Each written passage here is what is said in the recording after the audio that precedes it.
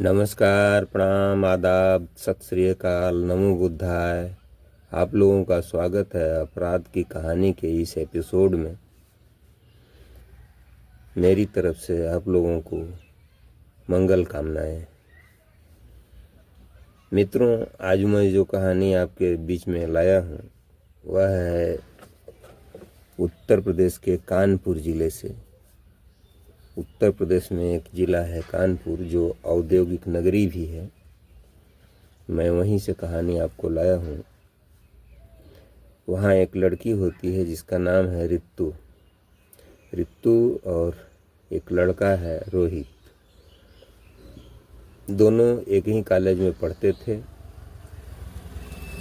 रोहित अपने परिवार का किसी तरह से भरण पोषण कर रहा था, क्योंकि उसके पिताजी जो है एक्सपायर हो चुके थे। उसकी माँ केवल थी और यह रोहित था। पूंजी प्रॉपर्टी कुछ नहीं था और केवल रहने के लिए घर था। उसी घर में रह करके किसी तरह से वो अपना सुबह शाम कोई छोटा मोटा काम धंधा करके अखबार वगैरह बेच करके कुछ फीस उसका इंतजाम कर लेता था। उसी से अपनी पढ़ाई कर रहा था। और इधर रितु जो है बहुत ही अमीर परिवार से थी, तो इन दोनों में दोस्ती हो जाती है, रितु में और रोहित में। और इन लोगों की दोस्ती आगे चल कर के फिर प्यार में बदल गई। तो जैसे ही इन लोगों की पढ़ाई चल रही थी, वो पढ़ाई के दौरान ही रितु के पिताजी ने कहा रितु से कि बेटा अब समय हो गया है, तुम्हारी शादी कर देनी चाहिए। तो रितु कहने लगी कि पिताजी मेरी शादी अभी मत करिए, अभी हमको पढ़ना है। मेरी पढ़ाई ख़त्म होने के बाद आप मेरी शादी कर दीजिएगा। उसके पिताजी कहते हैं कि पढ़ाई तुम्हारी चलती रहेगी, तुम्हारी शादी करना ज़रूरी है। रितु कहती है नहीं पिताजी अभी मत करिए, फिर बाद में करिएगा। और मेरी शादी भी होगी तो मैंने एक लड़का देख रखा है, उसका नाम रोहित है। रोहित मेरे साथ ही पढ़ता है और रोहित से मैं प्रेम करती हूँ। मैं रोहित से ही शादी करना चाहती हूँ। तो रितु के पिताजी कहते हैं कि शादी मेरी मर्जी से होगी बेटा, तुम्हारी मर्जी से नहीं होगी। रोहित के विषय में तुम क्या जानती हो? क्या पूंजी प्रॉपर्टी है, वो क्या करता है, किस खानदान से है, कैसे है, कहाँ का है? तो बताती है कि वो इसी कानपुर सिटी का ही रहने वाला है। वो थोड़ा गरीब जरूर है लेकिन दिल का बहुत नेक आदमी। तो जो रितु के पिता हैं काफ़ी गुस्सा हो जाते हैं और कहते हैं कि नहीं, शादी मेरी मर्जी से होगी, तुम्हारी मर्जी से नहीं होगी। तो रितु की माँ कहती है कि आप जिद इतना क्यों करते हैं, पहले एक बार जाकर देख तो लीजिए कि वह लड़का कैसा है, वह शादी करने योग्य है कि नहीं है। तो उसके पिताजी तैयार हो जाते हैं और एक दिन तैयार होकर के जाते हैं और रोहित को देखने के लिए उसके घर पर। उसके घर जाते हैं तो उनका मन बिगड़ जाता है। उसके यहाँ बैठते हैं लेकिन फिर आ जाते हैं तो कहते हैं कि तुम्हारी हिम्मत कैसे हुई मेरी लड़की से प्रेम करने की? मेरी लड़की धन संपदा वाले परिवार में पल रही है, तुम क्या उसको कोई सुविधा दे पाओगे? तुम्हारे यहाँ तो कायदे से घर भी है नहीं है रहने के लिए। तो वो लड़का चुपचाप सुनता रहता है, कुछ नहीं बोलता है।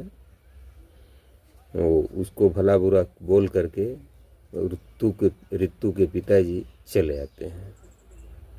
रितु के पिताजी जब चले आते हैं घर तो रितु की माँ से कहते हैं कि वो लड़का ठीक नहीं है, शादी करने योग्य नहीं है। सिर्फ पढ़ाई लिखाई से क्या होता है, धन संपदा भी जरूरी है। उसकी माँ भी कुछ नहीं बोलती है, चुपचाप अपना सुन लेती है। इसी बीच ऋतु बराबर कॉलेज जाती ही थी। एक दिन ऋतु और रोहित जो है एक रेस्टोरेंट में बैठे हुए थे, कुछ चाय नाश्ता अपना कर रहे थे, तो किसी ने देख लिया। जिसने देखा उसने फ़ोन करके ऋतु के पिताजी को बता दिया कि वह फटीचर आपकी बेटी के साथ रेस्टोरेंट में बैठा हुआ है। वो तुरंत जो है आते हैं और देखते हैं तो रोहित को बड़ी भला बुरा कहते हैं और उसके साथ मारपीट भी करते हैं। उसको पीट पाट करके उसके बाद फिर ऋतु को गाड़ी में बैठाते हैं और लेकर घर चले जाते हैं। ऋतु को घर ले जाने के बाद वो काफ़ी दुखी होते हैं कि इस तरह से मेरी लड़की क्यों कर रही है। यह सब सुनने के बाद ऋतु को बड़ा दुख होता है। यह सब देखने के बाद, सुनने के बाद बहुत दुख होता है। वो जैसा चाहती थी वैसा नहीं हो पा रहा था।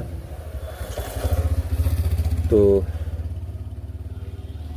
इधर ऋतु के पिता सोचते हैं कि अब इसका बहुत जल्दी शादी कर देना है, नहीं तो ये बिगड़ जाएगी या उसी के साथ भाग भी सकती है। तो तुरंत आनन फानन में एक लड़का देखते हैं जो काफ़ी धनाढ़ परिवार से होता है और लगभग इन्हीं की श्रेणी का होता है। गाड़ी घोड़ा, बिजनेस और उसका घर और सब बढ़िया था। तो उसी लड़के से ऋतु की शादी कर देते हैं। ऋतु भी कुछ नहीं बोलती है और बोलने लायक थी भी नहीं। तो उसकी शादी करने के बाद ऋतु अपने ससुराल चली जाती है। ससुराल जाने के बाद कुछ दिन तक तो सब ठीक था और यह भी वादा करा लेते हैं ऋतु के पिताजी की ऋतु पढ़ना चाहती है और आप लोग ऋतु की पढ़ाई लिखाई में कोई बाधा नहीं डालेंगे। इसको जितना पढ़ेगी उतना पढ़ाएंगे लिखाएंगे। तो वो लोग तो उस समय तैयार हो गए थे, लेकिन फिर बाद में जो है वो लोग इसको पढ़ने नहीं देते हैं। ऋतु को जब पढ़ने नहीं देते हैं तो ऋतु बहुत परेशान हो जाती है। ऋतु सोचती है कि मेरी पढ़ाई इस तरह से बीच में छूट गई, ये अच्छा नहीं है। ऋतु पढ़ने में बहुत अच्छी थी, इसलिए उसने बार बार रिक्वेस्ट करने पर भी कोई जो है उसको पढ़ने के लिए इजाज़त नहीं दिया। ऐसी परिस्थिति में ऋतु किसी तरह से अपना जीवन बसर कर रही थी। इसी बीच ऋतु का जो पति था वह काफ़ी शराब पीने लगा था और शराब पीकर आता था तो ऋतु के साथ मारपीट भी करता था। और मारपीट करते हुए एक दिन तो उसने हद ही कर दी। इतना मारपीट दिया कि ऋतु को उठने तक की औकात नहीं रह गई। यह सब देखते हुए ऋतु ने अपने पिताजी को फ़ोन किया और ऋतु के पिता आए और ऋतु को अपने साथ ले गए। साथ ले जाने के बाद उसका इलाज करवाए और वो ठीक जब हो गई तो उसके बाद एक तलाक का पेपर बनवाते हैं और अपने वकील के माध्यम से ऋतु का तलाक करवा देते हैं।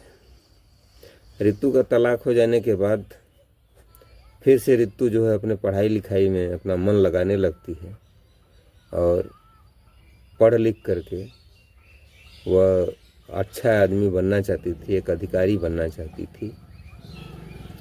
तो पढ़ाई लिखाई के दौरान ही तब तक यूपी पुलिस में एक सब इंस्पेक्टर का पोस्ट निकला था। तो सब इंस्पेक्टर के पोस्ट से में उसने फॉर्म अप्लाई किया और परीक्षा दिया और संजोग से उसका यूपी पुलिस के उस सब इंस्पेक्टर वाले पोस्ट के लिए वह पास हो गई और सारा फिजिकल मेडिकल सब क्वालिफाई कर लिया और आज वह इंस्पेक्टर बन गई। इंस्पेक्टर बनने के बाद वह अपने परिवार वालों से कहने लगी कि अब आप लोग आराम करिए, कोई दिक्कत नहीं है, अब मुझे ड्यूटी करने दीजिए। तो कानपुर के ही एक थाने में जो है वो ड्यूटी करने लगी और इधर उसका प्रेमी जो था रोहित, तो रोहित के पास अपना रोजी रोटी चलाने का कोई जरिया नहीं था। तो रोहित का एक मित्र था, वह छोले भटूरे का जो है ठेला लगाता था। तो रोहित का मित्र जो है ठेला लगाता, तो वो कह रहा था कि यार इस तरह से घर बैठे रहोगे तो कैसे काम चलेगा। एक काम करो, तुम हमारी दुकान पर 10 दिन रह लो, और 10 दिन रह लोगे तो तुम सब कुछ सीख जाओगे और तुम भी छोले भटूरे का एक ठेला लगाओ। तो उसको समझ में आ जाता है कि यह कम पूंजी में शुरू होने वाला बिजनेस है और यही बिजनेस हम करते हैं। तो अपने मित्र से बोला कि ठीक है, चलो कल से हम तुम्हारे दुकान पर आते हैं। तो वो अगले दिन से रोहित जो है अपने मित्र के उस छोले भटूरे की दुकान पर, ठेले पर जाकर रहने लगा और जो छोला भटूरा बनाने का जो सेक्रेसी था, जो सिस्टम था, वो सब कुछ सीख लिया। 10 दिन के अंदर ही सीख लिया और सीख लेने के बाद वह भी अपना बिजनेस एक जगह शुरू कर दिया। और जहाँ शुरू किया उसी के सामने ही थाना था। तो जहाँ शुरू किया तो वहीं पर जो है वो लगाने लगा। और कुछ ही दिनों बाद, महीने भर भी नहीं बीते थे कि इसकी दुकान बहुत चटक गई और ये बहुत बढ़िया से साफ़ सफाई से, अच्छे ढंग से पानी जो है बढ़िया पानी जो है मिनरल वाटर वगैरह जो है रखता था। इसलिए इसकी दुकान बढ़िया चलने लगी। जब इसकी दुकान बढ़िया चलने लगी तो जो इसके अगल बगल ठेला लगाने वाले थे छोला भटूरा के,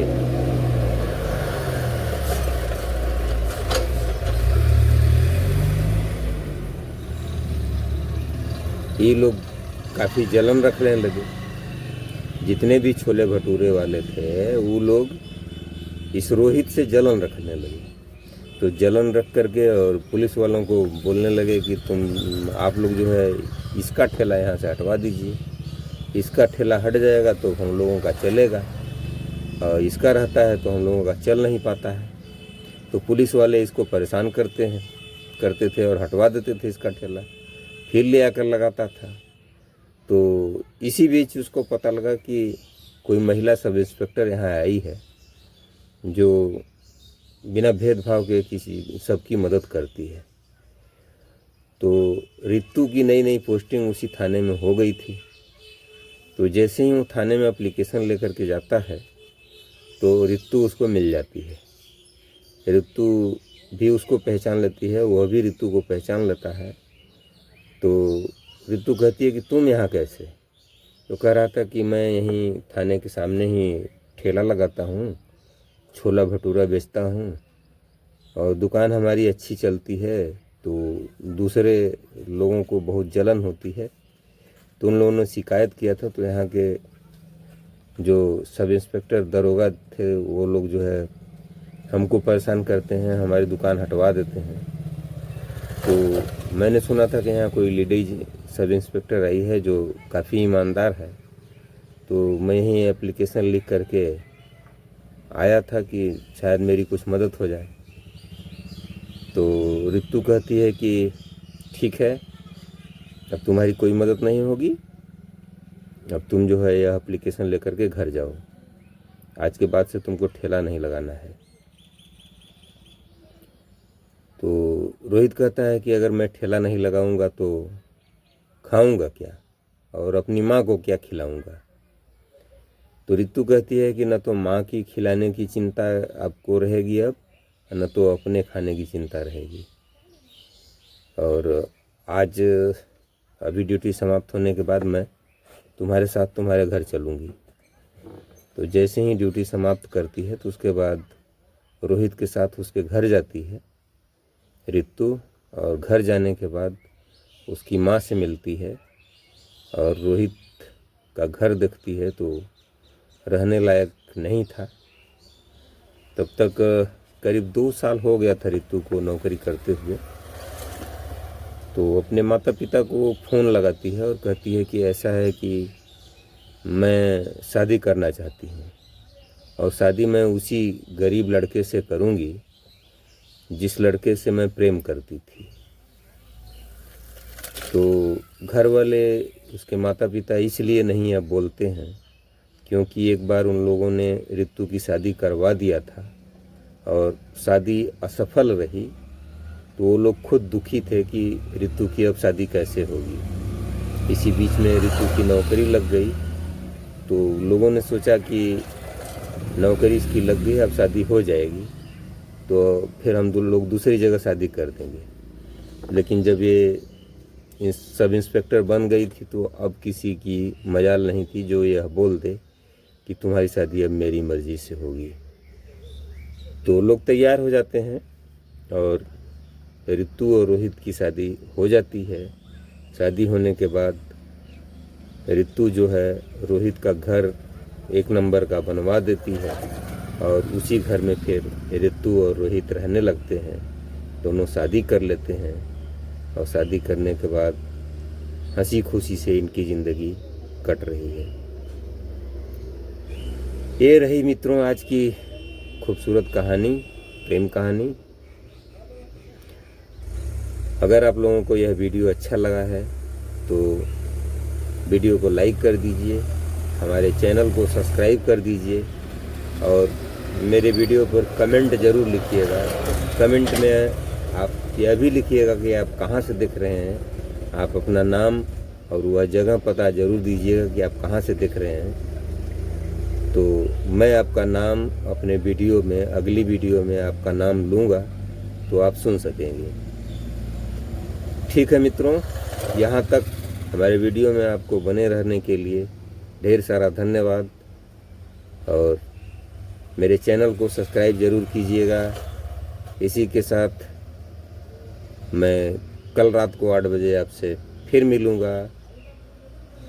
आपको धन्यवाद, नमस्कार, जय भारत।